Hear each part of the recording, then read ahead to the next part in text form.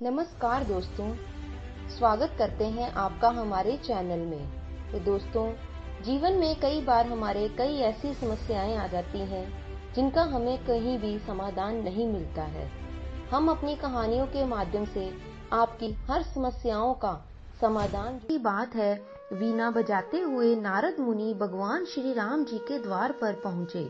नारद जी बोले, नारायण नारायण। उन्होंने देखा कि द्वार पर हनुमान जी पहरा दे रहे हैं। हनुमान जी ने पूछा कि नारद मुनि जी, आप कहाँ जा रहे हो? नारद जी बोले, मैं प्रभु श्री राम जी से मिलने आया हूँ। प्रभु इस समय क्या कर रहे हैं? हनुमान जी बोले, पता नहीं, पर कुछ बही खाते का काम कर रहे हैं।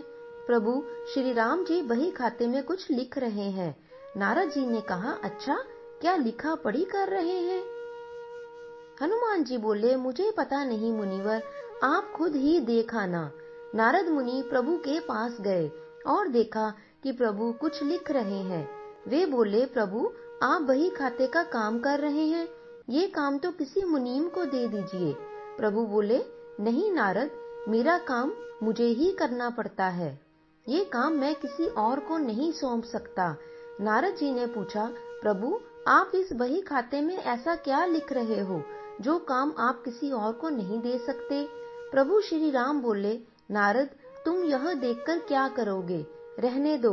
नारद जी जिद करने लगे और बोले, नहीं प्रभु, कृपया मुझे बताइए कि आप इस बही खाते में ऐसा क्या लिखते हैं। प्रभु बोले, नारद अगर तुम जानना ही चाहते हो तो सुनो, इस बही खाते में उन भक्तों के नाम हैं जो हर पल मेरा ध्यान करते हैं।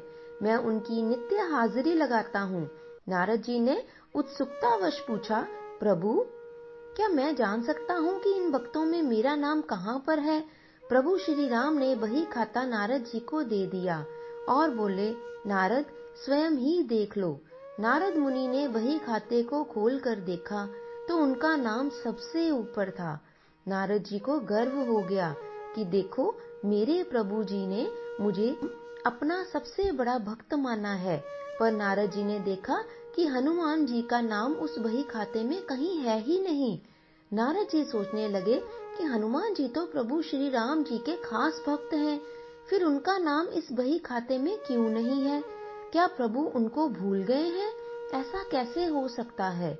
नारद मुनि हनुमान जी के पास आए और बोले, हनुमान, प्रभु के बही खाते में उन सब भक्तों के नाम हैं जो नित्य प्रभु का ध्यान करते हैं, पर आपका नाम उस बही खाते में कहीं नहीं है।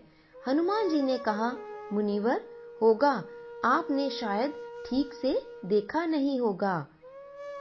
नारद जी बोले, नहीं नहीं, मैंने ध्यान से देखा है, पर आपका नाम कहीं नहीं था।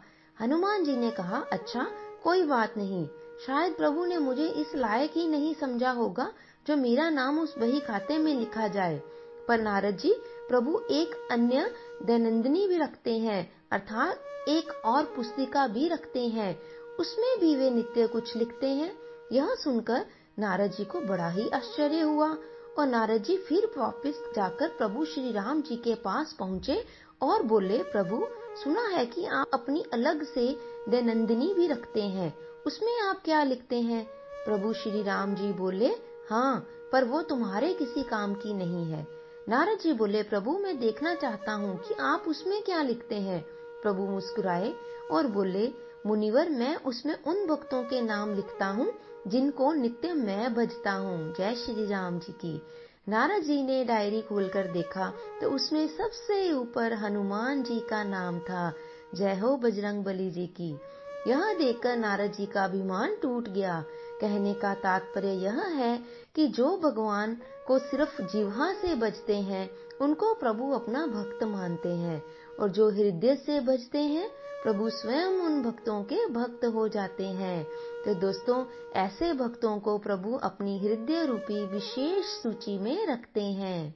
तो दोस्तों, आशा करते हैं आपको हमारी आज की यह कहानी अच्छी लगी होगी। कहानी को सुनने के लिए आपका बहुत बहुत धन्यवाद। अगर आप हमारे चैनल पर नए हैं तो हमारे चैनल को सब्सक्राइब कीजिए और हमारे साथ इसी तरह की कहानियां सुनने के लिए जुड़े रहें।